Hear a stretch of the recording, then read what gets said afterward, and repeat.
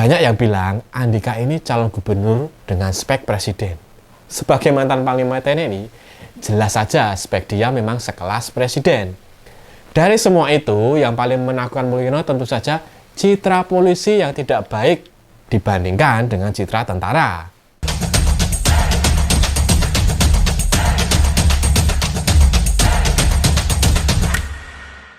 Relawan Lutfi Yassin untuk Pilgub Jateng 2024 mundur.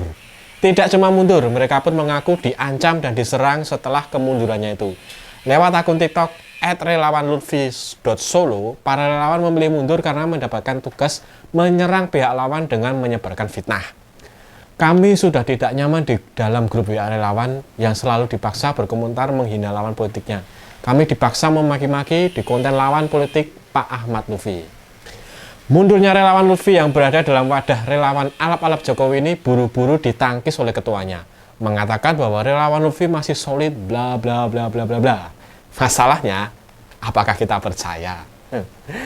Kemenangan besar Prabowo Gibran yang dimulai dari putusan Paman Usman membuat banyak dari kita tidak mempercayai apapun yang ada di Mulyono di belakangnya. Bahkan mungkin warung sate terkenal yang jelas-jelas enak, ketika kita mendengar Mulyono mengatakan satenya enak, kita sekarang mungkin jadi tidak percaya kalau rasanya enak. Sebegitu parahnya ketidakpercayaan kita pada Mulyono sampai segitunya. Gimana tidak? Jelas-jelas pasir laut saja disebut Mulyono dengan enteng sebagai sedimen laut. Bener-bener lirik lagu yang itu loh. Manis di bibir memutar kata, malah kau duduk akulah segala penyebabnya. Ya kayak gitulah. Sedimen laut berbeda bentuk dengan pasir laut tentunya. Pasir laut butirannya kasar dan besar, bersih. Customer juga pasti bukan orang bodoh. Mana mau mereka bayar barang seharga pasir laut tapi dapatnya sedimen. Kalau sedimen saja di negara mereka juga sudah ada. Bohongnya jangan kelewatan ya Pak. Sepertinya Lutfi yang apes ditinggal relawannya karena Mulyono. Mulyono memang jelas-jelas di belakangnya Lutfi. Baru-baru ini mereka bertemu dan berpose bersama. Katanya sih nggak sengaja bertemu di suatu warung makan. Tapi herannya kok fotonya kayak ada foto session gitu ya. Bukti bahwa mereka membawa fotografer. Bukti bahwa pertemuan itu bukan nggak sengaja, melainkan by design. Sudah direncanakan. Dengan tujuan politik tentu saja menaikkan elektabilitasnya si Lutfi.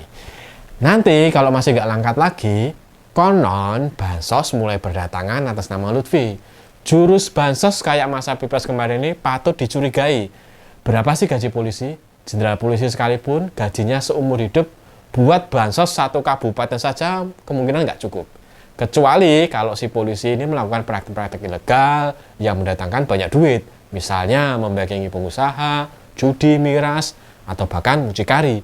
Cerita-cerita miring oknum polisi masyarakat sudah sangat paham lah. Atau kemungkinan lain si polisi punya bohir di belakangnya. Ingat, tidak ada makan siang gratis. Bohir mana maulah cuma menerima ucapan terima kasih diiringi doa agar selalu lancar rezeki dan selamat dunia akhirat. Pasti bohir minta imbal balik. Nah, inilah contoh bentuk-bentuk menggadekan negara. Untuk menaikkan nama Lutfi ini, usaha Mulyono nggak main-main. Anak lanangnya, Bapak Wakil Presiden terpilih kebanggaan kita, mendampingi saat pasangan Lutfi Yassin mendaftar ke KPU. Sayangnya, bukan meraih simpati. Warga dan netizen justru sibuk mengolok-olok Gibran karena terlihat bermata sayu dan kerip. Mengaitkannya dengan rumor orang yang ketangkap nyabu di pantai Indah Kapuk. Konon, itu adalah anak sulung Mulyono. Tapi kebenarannya mbuh ya, namanya juga rumor. Ingat, tak ada asap tanpa api. Rakyat jelantah mana mau menggosipkan orang besar, penggede, pejabat. Ngerilah, kecuali memang ada indikasi kuat ke arah situ. Dan seringkali memang benar. Soal Kaisang dan jet pribadi misalnya.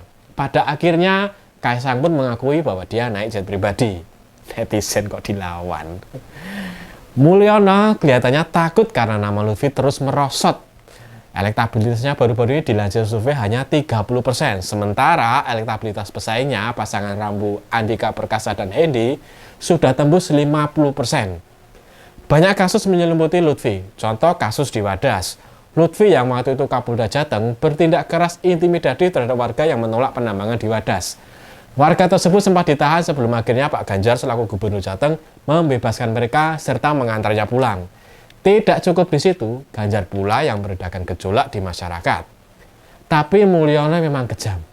Wadas merupakan PSN, Proyek Strategis Nasional. Proyek ini merupakan proyek pusat di wilayah Jawa Tengah. Sayangnya saat ricuh, buzzer-nya Mulyono menyalahkan Gubernur Jawa Tengah. Padahal Gubernur bukanlah yang menginisiasi proyek strategis nasional ini. Ganjar ibarat orang yang kecipratan masalah, menyelesaikannya tapi justru dikambing hitamkan. Bukan cuma itu saja, di era Lutfi sebagai Kapolda, judi online marak di Jawa Tengah. Korbannya juga banyak, bahkan judi-judi lokal seperti togel, camjikya pun bermunculan, menimbulkan banyak masalah kriminalitas di wilayah itu. Dan orang inilah yang kemudian dipilih oleh Kim sebagai proksinya Mulyono untuk menjadi calon gubernur Jawa Tengah. Meski sekarang mereka semakin ketar-ketir dengan elektabilitas yang terus melorot. Tidak tanggung-tanggung, jenderal-jenderal kemudian diturunkan untuk pamer kekuatan di Jawa Tengah demi melawan Jenderal Andika yang namanya harum di jajaran tentara dan tentu saja di hadapan masyarakat. Ada Jenderal Dudung Abdurrahman, orang yang boleh dibilang backingannya Jokowi. Jenderal yang dekat dalam arti mungkin bahkan melakukan misi-misi rahasia Mulyono sehingga pangkatnya naik cepat. Meski sebenarnya secara kompetensi biasa saja. Lutfi ada di barisan ini. Dia 9 tahun di Jawa Tengah khusus untuk mengamankan kepentingannya Mulyono. Termasuk membackup anak lanang semasa menjadi wali kota Solo. Memastikan tidak ada yang berani memprotes kebijakan melawan Gibran. Betapapun salahnya, betapapun miringnya kebijakan itu. Termasuk konon membayar uang tutup mulut pada pas pampres yang dipaksa buka masker oleh Gibran. Dan seorang pegawai Cilipari yang dipecat Gibran karena dituduh mengambil uang puluhan juta. Gosipnya yang beredar gitu loh. Selain Jenderal Dudung, ada lagi mantan Jenderal Lawasan yang juga mantan Gubernur Jateng Bibit Waluyo.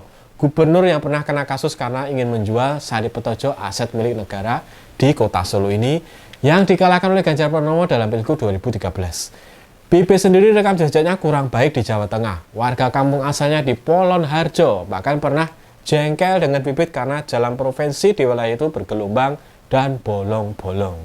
Selain itu, ada mantan Kapolri yang juga bertengger di situ. Ini membuktikan dan makin menunjukkan betapa takutnya Mulyono menghadapi Andika Hendi yang tiap hari makin meraih simpati masyarakat. Banyak yang bilang Andika ini calon gubernur dengan spek presiden. Sebagai mantan Panglima TNI, jelas saja spek dia memang sekelas presiden. Dari semua itu, yang paling menakutkan Mulyono tentu saja citra polisi yang tidak baik dibandingkan dengan citra tentara. Membuat masyarakat mengidentikan polisi sebagai institusi penegak hukum yang hanya mau menangkap maling kalau ada duitnya.